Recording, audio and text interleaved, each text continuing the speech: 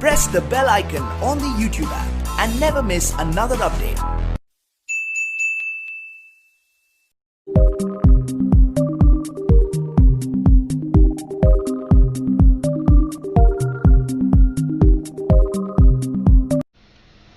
दोस्तों, स्वागत है आपके अपने ही चैनल मास साहब की पाठशाला में। जैसा कि आप लोगों को पता है कि मिशन प्रेरणा के अंदर के 3 मॉड्यूल हैं: आधारशिला, ध्यानाकर्षण और शिक्षण संग्रह। तो उसके क्रम में आधारशिला के आज तीसरे भाग में आज हम कुछ प्रश्नों और उनके उत्तरों को देखेंगे। तो इनको ध्यान से देखना है और आप अपने कॉपी में नोट कर सकते हैं वीडियो को पॉज करके। तो देखते हैं पहला क्वेश्चन क्या है। निम्नलिखित में से लेखन विकास की गतिविधि नहीं है। तो लेखन विकास की गतिविधि पहली तीनों हैं। कक्षा में बहुत से चार्ट या पोस्टर लगाना, ये लेखन विकास की गतिविधि नहीं है। शिक्षण योजना के प्रारूप में क्या शामिल नहीं है? लर्निंग आउटकम है, सीखने सिखाने की प्रक्रियाएं हैं, गृह कार्य है, विशिष्ट उद्देश्य शामिल नहीं है। अगला क्वेश्चन देखेंगे। शिक्षण योजना बनाते समय हमें क्या ध्यान में रखना चाहिए? कि यह कि शिक्षण किस लर्निंग आउटकम से संबंधित है, कौन से क्रियाकलाप एकल, समूह या पूरी कक्षा के साथ होंगे, आकलन कैसे होगा, वह आकलन को समझकर शिक्षण योजना में सुधार कैसे किया जा सकता है। तो इसका मतलब उपर्युक्त सभी सही है। अगला क्वेश्चन देखते हैं। कक्षा में होने वाली प्रक्रिया में मूल्यांकन का एक बड़ा हिस्सा है। क्या है? आकलन, अवलोकन। अवलोकन का बहुत बड़ा हिस्सा है। लर्निंग गैप्स को पहचानना और उन्हें दूर करना उद्देश्य है किसका है? आकलन एवं मूल्यांकन का। बच्चों के क्रियाकलाप गतिविधियों का रिकॉर्ड रखना आवश्यक है, जिससे बच्चों के संप्राप्ति स्तर का मूल्यांकन करने के साथ साथ डैश का भी मूल्यांकन होता रहेगा। तो किसका मूल्यांकन होता रहेगा? सरकार का, या पाठ्यक्रम का, या पाठ्य पुस्तक का, या शिक्षक का? तो शिक्षक का। बच्चों में रटने के बजाय समझ विकसित करने के लिए शिक्षक को गणित शिक्षण में क्या करना चाहिए? अवधारणा की समझ के लिए सार्थक संदर्भ बनाए जाएं, बच्चों को अभ्यास के मौके उपलब्ध हों, कक्षा में सही उत्तर की अपेक्षा सही प्रक्रिया को महत्व दिया जाए। तो उपरोक्त सभी। अगला क्वेश्चन देखते हैं। गणितीय विकास से संबंधित गतिविधि की क्या विशेषता है? कम से कम 2-3 बार पुनरावृत्ति हो, ठोस वस्तुओं एवं परिवेश में मौजूद वस्तुओं का उपयोग हो, मानसिक कौशल से जुड़ी हो और पाठ्येतर क्रियाकलापों से जुड़ी हो। तो इसका ऑप्शन उपरोक्त सभी होगा। गणित में मापन संबंधी अवधारणाओं की समझ से बच्चों में किस प्रकार का कौशल विकसित होता है? तो उसमें समय मापन का कौशल विकसित होता है। बच्चे 10 तक पहाड़े जानते हैं, यह आकलन संकेतक किस कक्षा से संबंधित है? तो 10 तक पहाड़े जानते हैं तो कक्षा 3 से संबंधित है। बच्चे संख्याओं का अभाज्य गुणनखंड कर लेते हैं, यह किस कक्षा हेतु आकलन कर सकते हैं? कक्षा 5 हेतु।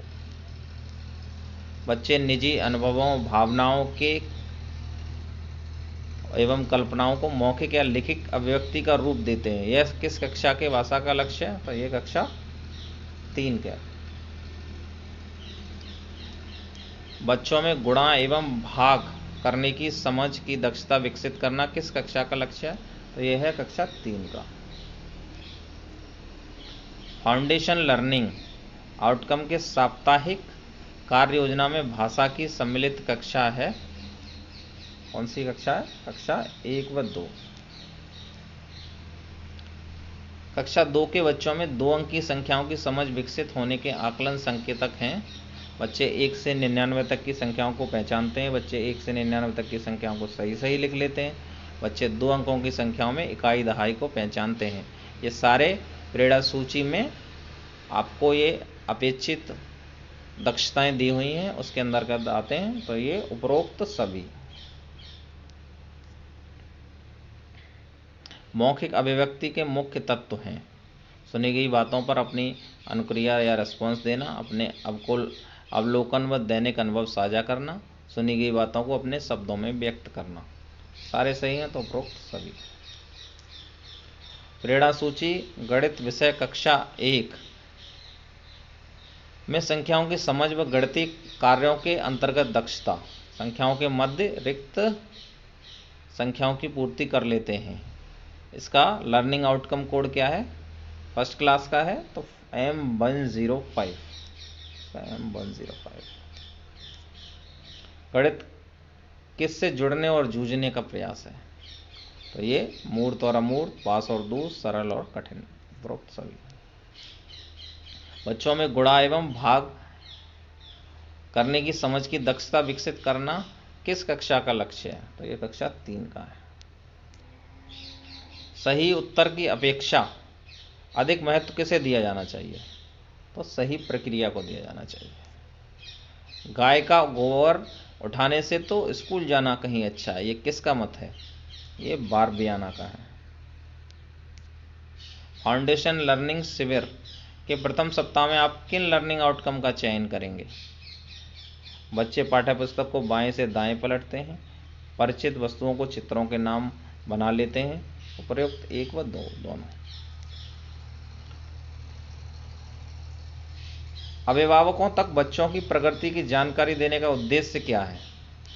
इसका उद्देश्य यह है कि घर पर पढ़ाई का उपयुक्त माहौल देने के लिए।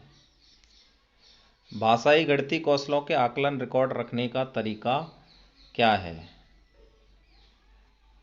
बच्चों के आकलन का व्यक्तिगत रिकॉर्ड और कक्षावार विषयवार संपूर्ण आकलन प्रपत्र, ये दोनों सही है। लास्ट क्वेश्चन है आज के इस भाग का, गणित में मूल्यांकन के उद्देश्य क्या हैं? आगे की रणनीति और योजना निर्माण के लिए, बच्चों के संप्राप्ति स्तर के मूल्यांकन के साथ शिक्षक के खुद के मूल्यांकन के लिए, और शिक्षक द्वारा अपनी शिक्षण तकनीक की समीक्षा और सुधार के लिए, कठिनाई जानने और उस पर कार्य करने के लिए। तो इसमें उपरोक्त सभी ऑप्शन सही है। दोस्तों, अगर आपको हमारी मेहनत पसंद आ रही है और आपको इससे फ़ायदा मिल रहा है तो चैनल को सब्सक्राइब कर लीजिए, जिससे आपको लेटेस्ट अपडेट मिलते रहे। Thanks for watching. जल्द मिलेंगे अगले भाग में।